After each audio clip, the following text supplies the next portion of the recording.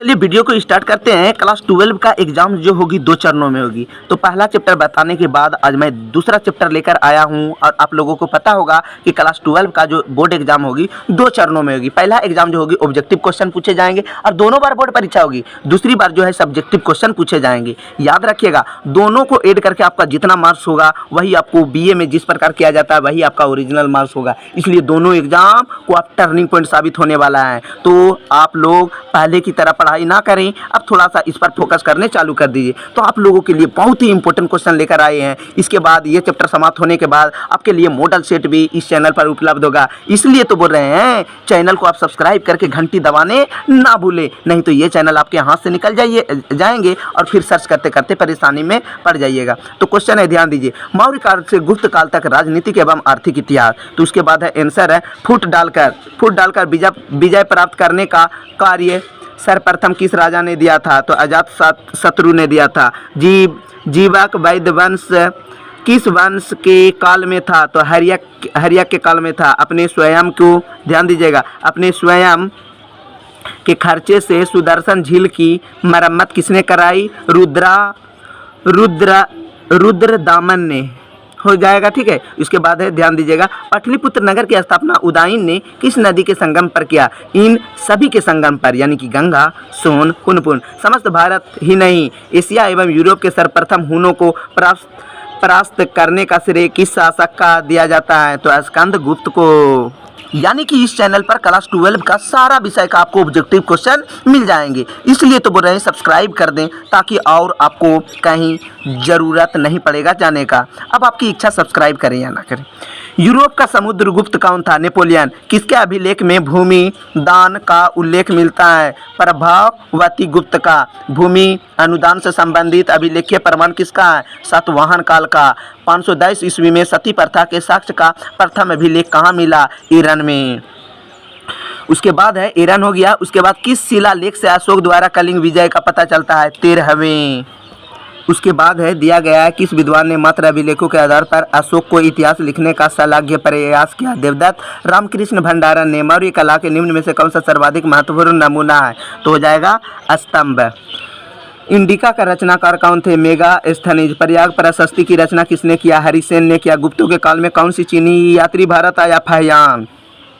याद रखिएगा, ठीक है। भारतीय इतिहास का कौन सा काल स्वर्ण काल के नाम से जाना जाता है? तो गुप्त काल। आपको पता होगा कि डायरेक्ट पढ़ रहा है, समझा नहीं रहे। अगर भाई समझाएंगे तो वीडियो काफ़ी बड़े हो जाएंगे, जो कि आपको खुद ही खराब लगने लग जाएंगे कि एगो के पढ़ने में इतना बड़ा कर रहे हैं। आप खुद समझ सकते हैं, क्योंकि हमें क्लास 9th 10th 12 का सारा विषय का परीक्षा से पहले हमें समाप्त करना है। हर विषय का, मैथ को एक एक करके एक भी क्वेश्चन नहीं छोड़ता हूँ। तो इसलिए ज़रा सोच सकते हैं, संभव नहीं है। अगर इस तरह करेंगे तो आप सोच सकते हैं कोचिंग है, दिन भर कोचिंग है, स्कूल है, इस तरह से यानी कि पूरा सब्जेक्ट को पढ़ाना वो संभव है। ठीक है। तो इस तरह समझाएंगे। तो ध्यान दीजिए, भारतीय इतिहास का कौन सा काल स्वर्ण काल के नाम से जाना जाता है? गुप्त काल। अशोक किस वंश का शासक था? तो मौर्य वंश से। ठीक है। इतना कंफर्म रखिए कि एक भी आंसर क्वेश्चन गलती नहीं है। मैं सारा का सारा एक एक करके ओरिजिनल किताब से आंसर को ट्रिक लगाया हूँ। मेगास्थनीज भारत के किसके दरबार में आया है? तो चंद्रगुप्त मौर्य। अब ये नहीं बोल रहे हैं श्योर, एक आगू हो सकता है 19-20, लेकिन वो संभव है कि गलती नहीं होना चाहिए।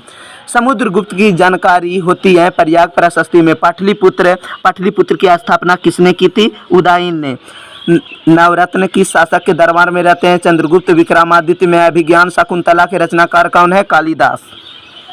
उसके बाद हो जाएंगे, प्रयाग प्रशस्ति का संबंध किस गुप्त काल में है? समुद्रगुप्त में। प्राचीन भारत के अभिलेख की शुरुआत किस काल में हुआ था? तो अशोक। इसके बाद है, ध्यान दीजिएगा, किस शासक को प्रियदर्शी कहा जाता है? अशोक को। उसके बाद है, कौन सा कथन सही है? तो याद रखिएगा, ए आर दोनों सही है, आर ए की सही व्याख्या है। इसके बाद यहाँ भी सेम क्वेश्चन है, ए असत्य है परंतु आर असत्य है। यानी मेगास्थनीज बिंदुसार के दरबार में आया था, मेगास्थनीज ग्रीक था, तो ए असत्य है, ये गलत बात है। बिंदुसार के दरबार में भारत गया, बिल्कुल गलत बात है। लेकिन हाँ, मेगास्थनीज जो है एक ग्रीक है, ये सही है, आर वाला सही है। यही बोल रहा है। मौर्य काल में टकसाल का प्रदान किसने किया? लक्षणाध्यक्ष ने। पतंजलि के महाभाष्य से किसकी जानकारी मिलती है? मौर्य काल की। धम्म महामात्रों को किसने नियुक्त किया? अशोक ने। अर्थशास्त्र को एवं इंडिका में किस राजवंश के बारे में जानकारी मिलती है? तो मौर्य को। एलौरा में क्या है? एलौरा में कैलाश मंदिर किस राजवंश ने निर्मित किया? राष्ट्रकूट। उसके बाद होगा, ध्यान दीजिएगा, 16 महाजनपदों में सबसे शक्तिशाली महाजनपद कौन है? मगध। पुराणों की संख्या कितनी है? 18। अर्थशास्त्र के लेखक कौन है? कौटिल्य और चाणक्य भी है, ठीक है, चाणक्य दोनों है। वज्जी को सामाजिक ग्रंथों में क्या कहा जाता है? गणतंत्र कहा जाता है। जनपद शब्द का शाब्दिक अर्थ क्या है? जहाँ लोग अपना घर बनाते हैं। इसके बाद है यहाँ पर पंच चिन्ह वाले सिक्के बने होते हैं, यानी 5 चिन्ह वाले सिक्के बने होते हैं तो में, यानी कि तांबे और चांदी के, ठीक है। पाटलिपुत्र नगर की स्थापना किसने की?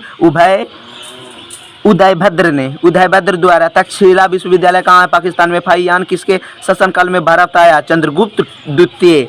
भारत को नेपोलियन किसे कहा जाता है? समुद्रगुप्त को।